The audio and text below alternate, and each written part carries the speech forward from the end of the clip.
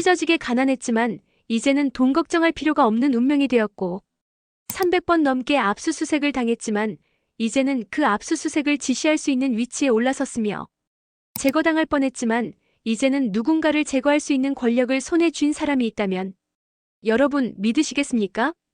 이것은 영화 시나리오가 아닙니다. 바로 대한민국의 현재 대통령 이재명의 실제 삶입니다. 도대체 어떤 인생을 살았기에 해외 언론들은 그의 삶을 믿을 수 없는 회복력의 서사라며 이토록 주목하는 것일까요? 오늘 이야기가 궁금하시다면 구독과 좋아요 먼저 꼭 부탁드립니다. 지금부터 미국의 한 보수적인 정치 평론가가 이 믿기 힘든 이야기를 어떻게 분석하고 있는지 그의 시선을 따라가 보겠습니다.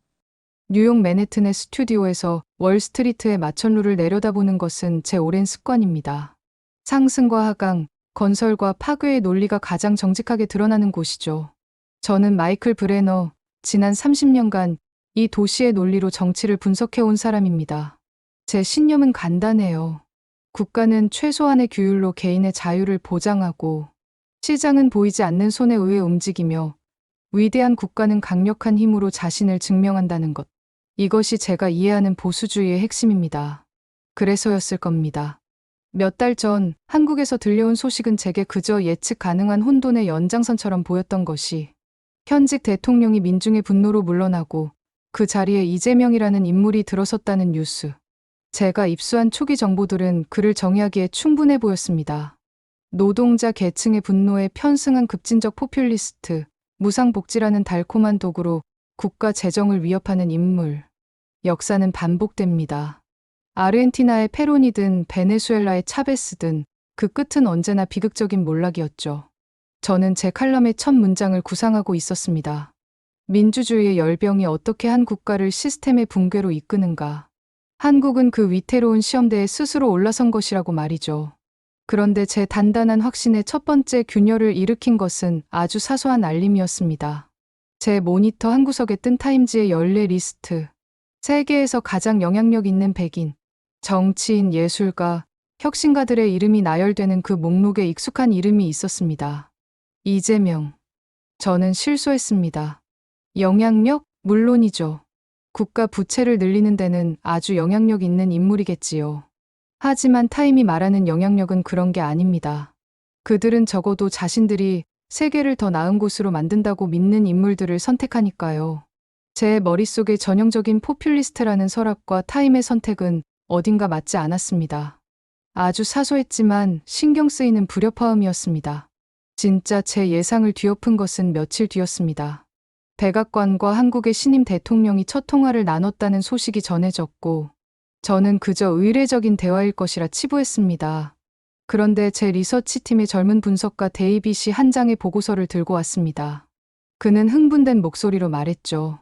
브레너 상사님, 좀 이상합니다. 두 사람의 발언록을 비교해봤는데 문법은 달라도 같은 언어를 쓰는 것 같아요. 데이빗이 가리킨 곳에는 트럼프 전 대통령의 2017년 취임 연설 중 한 구절이 있었습니다. 잊혀진 이 나라의 남녀들은 더 이상 잊혀지지 않을 것입니다. 그리고 그 옆에는 이재명 대통령이 당선 연설에서 했던 말이 적혀 있었죠. 이제 소외된 국민의 고통을 국가가 가장 먼저 끌어안겠습니다. 저는 코웃음을 쳤습니다. 정치인들이 대중의 마음을 얻기 위해 쓰는 수사는 어디든 비슷하기 마련이라고 말했죠. 하지만 데이빗은 물러서지 않았습니다. 그는 두 사람의 정책 발표 자료들을 나란히 보여주었습니다. 한쪽은 미국 우선주의를 내세운 제조업 부활 정책, 다른 한쪽은 기술 주권을 외치며 내수 시장을 키우려는 계획, 둘 다 기존의 자유무역 질서에 미묘한 균열을 내고 국가의 경계 안에서 해법을 찾으려 한다는 점에서 놀랍도록 닮아 있었습니다.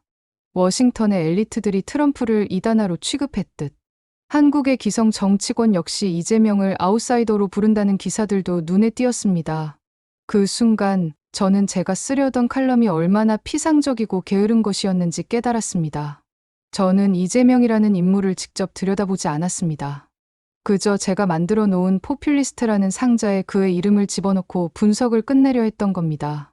하지만 타임지의 선택과 트럼프와의 기묘한 평행선은 그 상자가 너무 작거나 어쩌면 완전히 잘못되었을 수도 있다는 점을 시사하고 있었습니다. 정치 평론가로서 제게 가장 큰 죄는 편견에 굴복하는 것입니다. 저는 모니터를 향해 말했습니다. 데이빗, 방금 내가 말했던 칼럼 아이템은 전부 취소해. 그리고 잠시 허공을 응시하다 결심을 굳혔습니다. 이재명에 대한 모든 자료를 찾아. 정치적 수사 말고 그가 걸어온 길 그 자체를, 신문기사, 방송기록, 유년 시절에 대한 외신 보도까지. 이 남자가 도대체 어디서 왔는지 나는 처음부터 알아야겠어. 하나의 의문이 제 머리를 가득 채우고 있었습니다. 한 나라의 국민들은 왜 기꺼이 스스로를 이 예측 불가능한 아웃사이더의 손에 맡기기로 결정했을까? 그 답은 분명 그의 과거 속에 있을 터였습니다. 다음 날 아침 제 책상 위에는 데이빗이 밤새 정리한 두꺼운 파일이 놓여 있었습니다.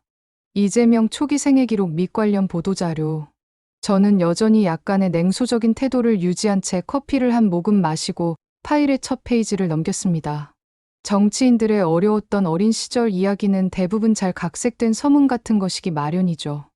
유권자들의 감성을 자극하기 위한 상징적인 장치. 저는 이번에도 그런 종류의 이야기일 것이라 예상했습니다.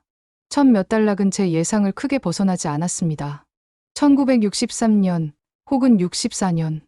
브리테니커 백과사전은 그의 출생연도조차 불분명하다고 기록하고 있었습니다. 극심한 가난으로 출생신고가 몇 년이나 늦어졌기 때문이었죠. 경상북도 안동의 산골 마을, 화전민의 7자녀 중 5째, 가난을 피해 경기도 성남의 변두리로 이주했지만 중학교에 진학할 돈이 없어 12살의 나이로 공장으로 가야만 했다는 기록. 이주한 성남은 당시 서울의 도시 빈민들을 강제로 이주시켜 만든 기반 시설 하나 없는 거대한 무허가 판자촌이었습니다. 국가는 도시의 미관을 위해 가난을 한 곳에 쓸어 담았지만 그 안에 삶은 방치했습니다. 저는 잠시 1970년대 한국의 시대적 배경을 다룬 이코노미스트의 아카이브 기사를 떠올렸습니다. 한강의 기적, 국가 주도의 폭발적인 경제 성장이었죠. 제 보수주의적 관점에서 강력한 리더십이 이끄는 자본주의의 승리처럼 보이는 역사였습니다. 하지만 그 기적의 이면에는 어두운 그림자가 있었습니다. 노동자의 권리는 성장을 위한 비용으로 취급되었고 안전 규정은 생산 속도 앞에서 무시당했습니다.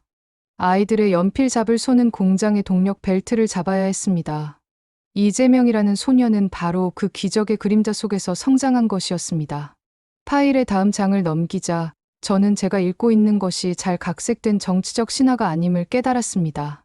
그것은 한 소년의 삶이 어떻게 물리적으로 파괴되었는지에 대한 차갑고 건조한 사실의 나열이었습니다.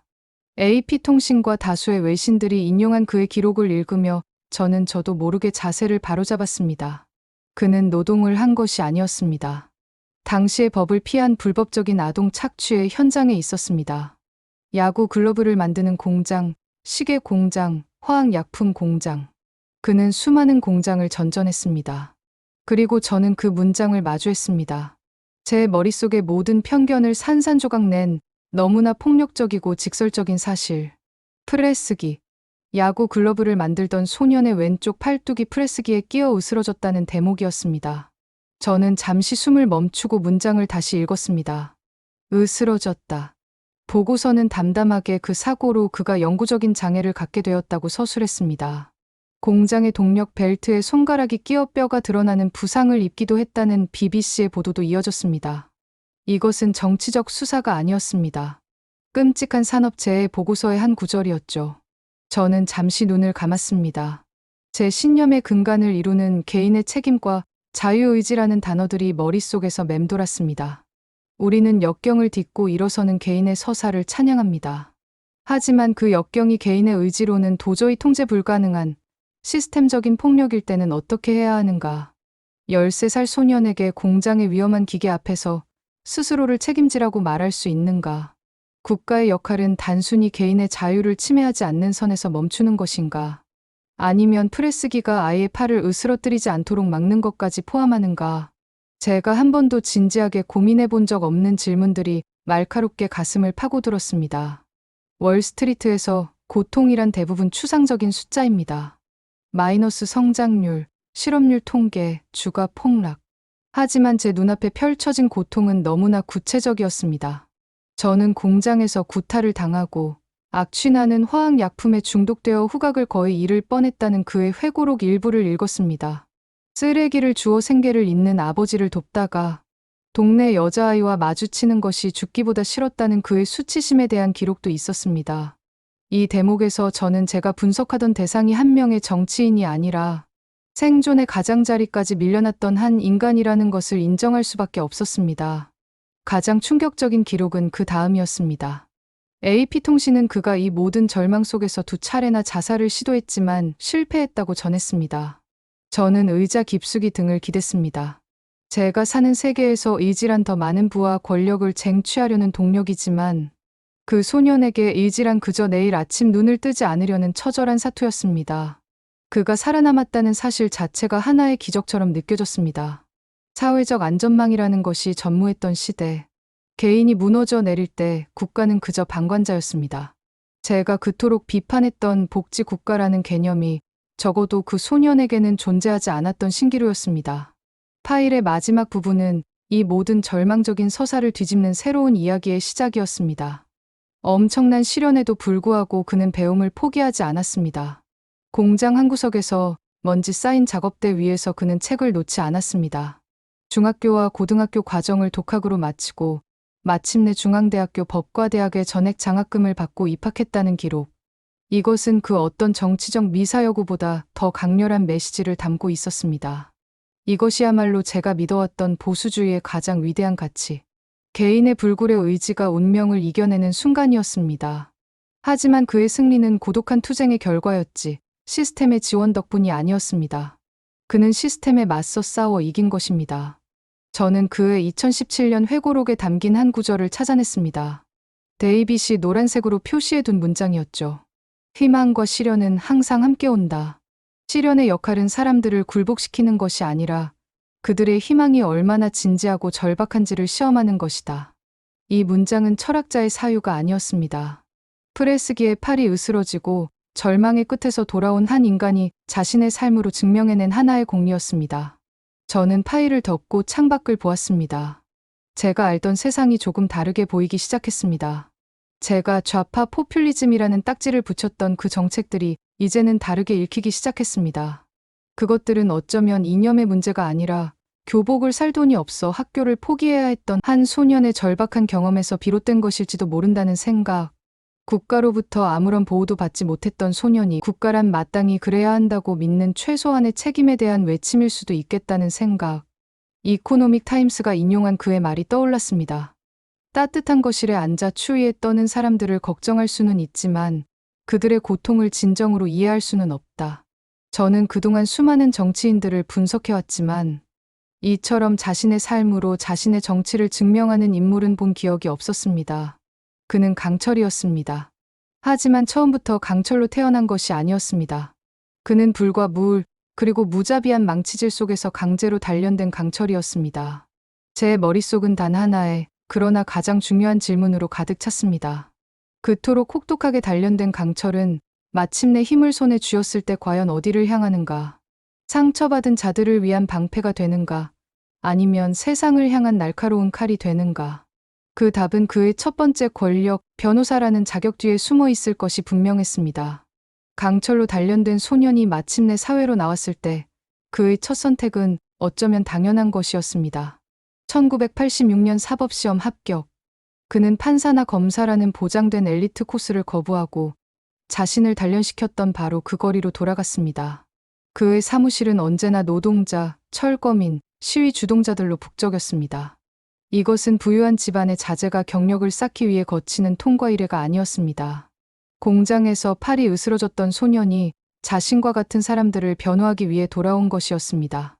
이것은 그의 숙명이었습니다.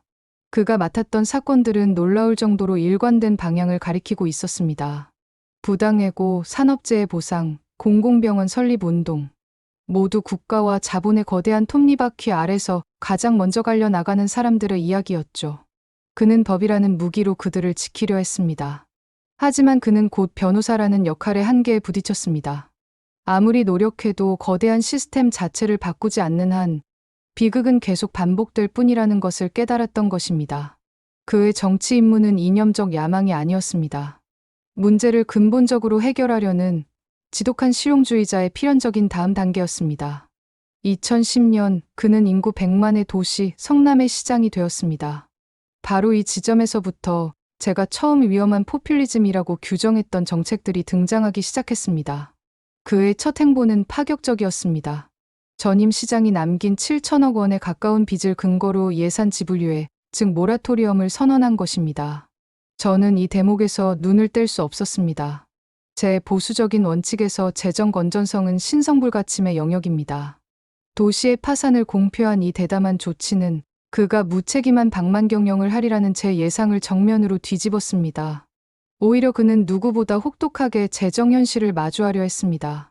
그리고 그는 갓 지은 호화로운 시청사를 시민들에게 도서관과 체육시설로 내주었습니다. 권위의 상징을 시민의 공간으로 돌려준 것입니다. 그에게 권력이란 군림하는 자리가 아니라 문제를 해결하는 도구에 불과하다는 것을 보여주는 상징적인 사건이었죠. 하지만 제 마음속의 보수주의자와 가장 크게 충돌한 것은 그의 복지 정책들이었습니다. 청년 배당, 무상 교복, 공공산후조리원. 제 머릿속에서는 재정 파탄, 도덕적 해이 같은 단어들이 떠올랐습니다. 당시 한국의 보수 언론 사설들 역시 마찬가지였습니다. 아르헨티나로 가는 길, 미래 세대의 돈을 당겨 쓰는 악마의 속삭임 같은 격렬한 비판들이 쏟아져 나왔죠. 하지만 그 단어들은 힘을 잃었습니다. 교복 살 돈이 없어 공장으로 가야 했던 한 소년의 잿빛 얼굴, 프레스기 앞에서 절망하던 그 모습이 눈앞에 선했기 때문입니다. 무상 교복이라는 정책은 더 이상 추상적인 이념 논쟁이 아니었습니다. 그것은 한 아이의 수치심에 대한 뒤늦은 사과이자 반복되어선 안 될 과거에 대한 약속이었습니다. 청년 배당은 저처럼 좋은 대학을 나와 월스트리트에서 경력을 시작할 기회조차 갖지 못하고 공장으로 내몰렸던 젊은이들에게 최소한의 시간을 벌어주려는 안전망이었습니다. 더욱 저를 혼란스럽게 만든 것은 데이터였습니다. 그렇게 격렬한 비판 속에서 성남시는 4년도 안 되어 그 많던 빚을 거의 다 갚아냈습니다. 예산을 낭비하는 포퓰리스트가 어떻게 동시에 빚을 갚는 재정 전문가가 될 수 있는가? 제 머릿속의 경제학 교과서로는 설명되지 않는 모순이었습니다. 그는 불필요한 예산을 줄이고 탈세 추징을 강화하고 대규모 개발 프로젝트의 이익을 공공으로 환수하는 방식으로 재원을 마련했습니다. 이것은 이념의 문제가 아니라 행정의 효율성과 의지의 문제였습니다. 온라인 백과사전 브리테니커에 따르면 그의 스타일은 직설적이고 때로는 대립적이지만 공약을 이행하는 모습으로 널리 호평받았다고 합니다. 이코노믹 타임스는 그가 한국 최대의 개고기 시장이었던 모란시장을 폐쇄한 사건을 비중 있게 다뤘습니다. 수십 년간 이어진 논란거리이자 상인들의 거센 반발이 예상되는 문제. 대부분의 정치인들은 임기 내내 그 문제를 외면했을 겁니다. 하지만 그는 정면으로 돌파했습니다. 그의 방식은 언제나 거칠고 때로는 무모해 보였습니다. 하지만 그는 언제나 결과를 만들어냈습니다. 그의 리더십은 인구 1,000만의 경기도, 대한민국 인구의 4분의 1이 사는 거대 광역단체의 수장이 되었을 때 더욱 빛을 발했습니다. 전 세계를 덮친 코로나19 팬데믹. 그의 위기관리 능력은 다시 한번 시험대에 올랐습니다. 비협조적인 종교단체에 대한 강제 집행, 외국인 노동자 전수 검사. 그는 임기에 영합하는 대신 공동체의 안전을 위해 욕먹을 일을 마다하지 않았습니다. 그리고 중앙정부와의 마찰을 무릅쓰고 모든 도민에게 보편적 재난지원금 지급을 밀어붙였습니다. 처음에 저는 이 정책이야말로 그의 포퓰리스트적 성향을 보여주는 가장 확실한 증거라고 생각했습니다. 하지만 당시 경기도의 경제 데이터는 완전히 다른 이야기를 하고 있었습니다. 모든 것이 멈춰선 비상 상황에서 이 지원금은 단순한 복지가 아니라 얼어붙은 지역 경제의 모세혈관까지 돈을 순환시키는 가장 효과적인 응급 수혈이었습니다. 소상공인들의 매출은 급증했고 폐업률은 눈에 띄게 줄었습니다. 워싱턴에서라면 이 정책의 이념적 정당성을 놓고 상원과 하원이 몇 달은 싸웠을 겁니다. 하지만 그는 마치 전시 사령관처럼 가장 빠르고 효과적인 방법을 택한 것뿐이었습니다. 저는 깨달았습니다. 제가 그에게 붙였던 좌파 포퓰리스트라는 딱지는 얼마나 지적인 오만이었는지를. 그는 좌파도 우파도 아니었습니다. 그는 오직 문제와 해결이라는 두 단어에만 집중하는 사람이었습니다. 그의 과거가 그에게 가르쳐준 것은 이념이 아니라 현실이었습니다. 굶주림, 고통, 불공정이라는 적나라한 현실. 그의 모든 정책은 그 현실에 대한 반응이었습니다. 제 보수주의가 자유와 시장이라는 추상적 가치를 논하는 동안 그는 생존과 기회라는 구체적인 현실과 싸우고 있었습니다. 하나의 거대한 자연 현상. 모든 장애물을 부수고 나아가는 경류 같은 사람. 그가 정면으로 맞서야 했던 가장 큰 시련은 아직 남아 있었습니다. 2022년의 대통령 선거, 그리고 그 이후에 벌어진 일들. 그 경류가 국가라는 거대한 바다와 어떻게 충돌했는지, 이제 그 기록들을 마주할 차례였습니다. 그의 정치 여정은 순탄했던 적이 단 한순간도 없었습니다. 인권 변호사에서 시작해 거대 도시의 시장, 인구 1,000만의 도지사를 거치며 그가 보여준 것은 끊임없는 투쟁의 역사였어요. 그 경류가 마침내 국가라는 거대한 바다와 마주했을 때 그 충돌은 상상 이상으로 거칠고 격렬했습니다. 2022년의 대통령 선거. 그는 대한민국 역사상 가장 근소한 차이로 패배했습니다. 이코노믹 타임스와 BBC는 0.73%라는 수치를 명시하며 이 패배가 그의 정치적 생명이 끝났음을 의미하는 것이 아니라 오히려 그의 저력을 증명하는 것이었음을 암시했죠. 수천만 명이 참여한 선거에서 불과 24만 표 차이. 이것은 패배라기보다는 거대한 지지 세력의 존재를 온 세상에 확인시켜준 사건에 가까웠습니다. 하지만 진짜 시련은 그 이후에 시작되었습니다. 그의 이름 앞에는 수많은 형사 고발과 검찰 수사가 뒤따랐어요. 부패, 뇌물, 선거법 위반. 혐의들은 무겁고 심각했습니다. 저는 이 대목에서 잠시 멈췄습니다. 제 보수적인 신념은 법치와 원칙을 가장 중요하게 생각하니까요. 만약 이 혐의들이 사실이라면 제가 지금까지 쌓아올린 그의 서사는 완전히 무너지는 것이었습니다. 그러나 그의 대응 방식은 또다시 저의 예상을 벗어났어요. 그는 숨거나 타협하는 대신 모든 혐의를 정치적 동기에서 비롯된 조작이라고 규정하며 정면으로 맞섰습니다. 그의 지지자들 역시 이것을 정치 탄압으로 받아들였고 대한민국은 끝없는 진실 공방의 소용돌이 속으로 빠져들었습니다. 그리고 2024년 1월 부산에서 벌어진 그 사건. 이 전쟁이 얼마나 극단으로 치달았는지를 보여주는 문명사회에서는 일어나리라 상상하기 힘든 일이 발생했습니다. 알자지라와 AP통신 등 전 세계 언론들이 긴급 타전한 그 영상. 유세 현장에서 지지자들과 소통하던 그의 목을 향해 한 남성이 칼을 들고 달려들었어요. 목 왼쪽을 찔렸다. 주요 혈관을 봉합하기 위해 2시간 동안 수술을 받았다는 보도들은 사건의 심각성을 건조하게 전달했습니다. 저는 그 영상을 직접 찾아보았습니다. 끔찍한 폭력의 순간, 쓰러지는 그의 모습, 경악하는 사람들. 그리고 제 머리를 때린 것은 가해자의 범행 동기였습니다. 경찰 발표에 따르면 그의 범행 이유는 단 하나, 이재명이 대통령이 되는 것을 막기 위해서였어요. 이것은 단순한 증오 범죄가 아니었습니다. 한 사람의 정치적 존재 자체를 지워버리려는 극단적인 정치적 테러였죠. 이 사건은 그가 얼마나 첨예한 반감과 실질적인 생명의 위협에 직면해 있는지를 전 세계에 증명했습니다. 저는 미국의 역사를 떠올렸습니다. 시어도어 루스벨트는 총에 맞고도 연설을 강행했고, 로널드 레이건은 총격의 상처를 유머로 승화시키며 국민적 영웅이 되었어요. 위기 상황에서 지도자가 보여주는 회복력은 종종 국가 전체의 회복력과 동일시됩니다. 그것은 단순한 동정심을 넘어 위기를 극복할 수 있다는 집단적 믿음을 만들어내는 거죠. 당시 외신들의 분석 기사들은 놀라울 정도로 비슷한 결론을 내리고 있었습니다. 이 공격은 이재명을 제거하려는 시도였지만 역설적으로 그를 죽일 수 없는 존재로 만들었다는 것. 육체적 상처는 그 의지를 꺾지 못했고 오히려 그를 향한 비판과 의심을 잠재우고 거대한 동정 여론을 폭발시키는 기폭제가 되었습니다. 그를 반대하던 사람들조차 정치적 견해를 떠나 폭력 자체를 비판했고 한국 사회는 잠시나마 극단주의에 대한 경각심으로 하나가 되었죠. 가난과 장애, 정치적 패배와 법적 공방에 이어 그는 죽음 그 자체와의 싸움에서도 이겨낸 것입니다. 회복력. 제가 그의 인생을 관통하는 키워드로 어렴풋이 생각했던 그 단어는 이제 그의 목에 남은 흉터와 함께 지워지지 않는 상징이 되었습니다. 국가의 위기는 종종 그 국가가 어떤 지도자를 원하는지를 가장 명확하게 보여줍니다.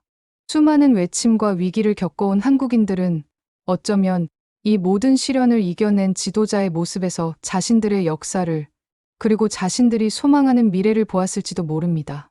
결국 윤석열 전 대통령의 탄핵으로 치러진 조기 대선. 그는 압도적인 표 차이로 승리하며 대한민국의 대통령으로 당선되었습니다. BBC는 이 결과를 두고 수많은 정치 스캔들과 치명적인 공격을 이겨낸 한 인물의 놀라운 재기라고 평가했어요. 분열된 나라를 마주한 그의 취임 연설은 복수가 아닌 통합을 향해 있었습니다.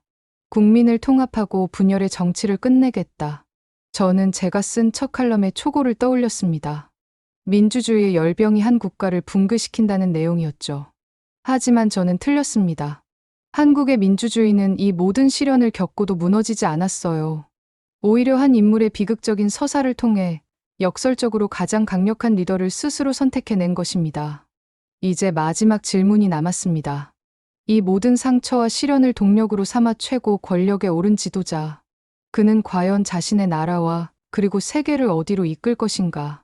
저는 월스트리트의 분석가로서 그의 미래를 예측해야만 했습니다. 제 뉴욕 사무실 창밖으로 보이는 마천루들은 여전히 같은 모습으로 서 있었습니다. 하지만 그것을 바라보는 제 눈은 더 이상 같을 수가 없었습니다.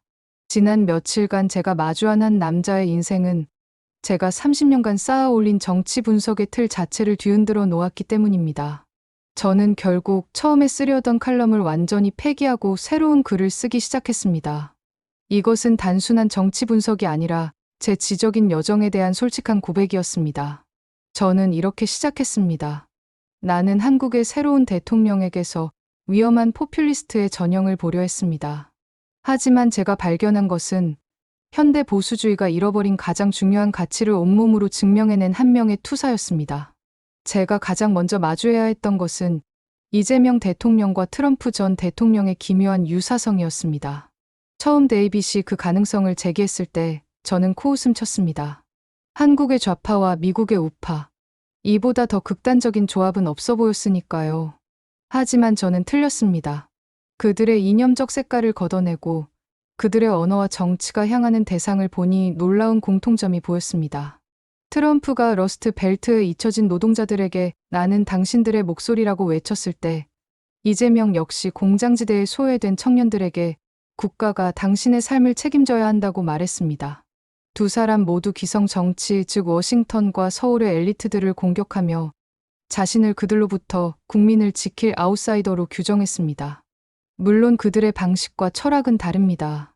하지만 그들의 권력이 어디에서 비롯되는지는 정확히 똑같았습니다. 바로 기득권 시스템으로부터 소외되고 분노한 보통 사람들의 열망이었죠. 그들은 이념이 아니라 평범한 사람들의 먹고 사는 문제, 그들의 고통에 직접적으로 반응하며 힘을 얻었습니다.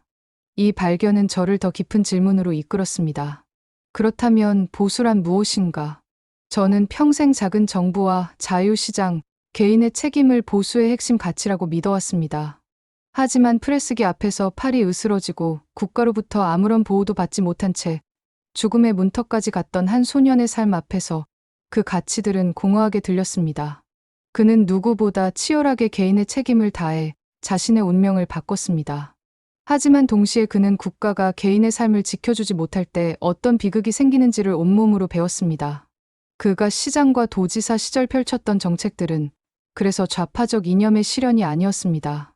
그것은 공동체가 무너지지 않도록 다음 세대가 자신과 같은 비극을 겪지 않도록 하기 위한 가장 절박하고 실용적인 보수의 행위였습니다. 그는 국가라는 공동체를 지키고 그 안의 구성원들을 더 강하게 만드는 것이 리더의 가장 큰 책무라고 믿었던 겁니다. 이것이야말로 보수주의의 가장 근본적인 가치 아닐까요? 저는 깨달았습니다. 오늘날 미국의 보수주의는 지킨다는 본질을 잃고 특정 이념과 정책에 대한 찬반 논쟁에 갇혀 있다는 것을. 우리는 세금을 얼마나 깎을지, 어떤 규제를 없앨지를 놓고 싸우는 동안 정작 우리 공동체의 수많은 사람들이 무너져 내리는 것을 외면하고 있었을지도 모릅니다. 이재명 대통령의 리더십은 대한민국과 아시아에만 의미가 있는 것이 아닙니다. 그의 이야기는 지금 깊은 분열과 정치적 환멸에 빠진 서구민주주의 국가들에게 더 큰 울림을 줍니다. 정치가 이념의 유의가 아니라 보통 사람들의 삶을 바꾸는 실질적인 행위가 될 수 있다는 것을 보여주기 때문입니다. 그의 거칠고 대립적인 스타일은 분명 많은 논란을 낳을 겁니다. 그의 앞날 역시 수많은 도전으로 가득 차 있겠죠. 하지만 한 가지는 분명합니다. 그는 자신의 삶을 통해 가장 낮은 곳의 고통을 이해하는 리더가 가장 강한 힘을 가질 수 있음을 증명했습니다. 위기는 그를 파괴한 것이 아니라 그를 완성시켰습니다. 저는 칼럼의 마지막 문장을 이렇게 썼습니다. 우리는 한국의 한 정치인에게서 한 국가가 위기를 극복하는 방식을 보았다. 그리고 어쩌면 우리가 잊고 있던 민주주의의 가장 뜨거운 심장을 다시 발견했는지도 모른다. 그의 성공이나 실패보다 더 중요한 것은 그 이야기가 21세기에 우리에게 던지는 이 근본적인 질문일 것이다. 제 긴 탐구는 이렇게 끝이 났습니다. 하지만 이 놀라운 나라, 대한민국과 그들이 선택한 새로운 지도자의 이야기는 이제 막 시작되었을 뿐입니다. 여러분들도 오늘 내용과 달리 의견을 나누셔서 자유롭게 토의하는 시간이 되었으면 좋겠습니다.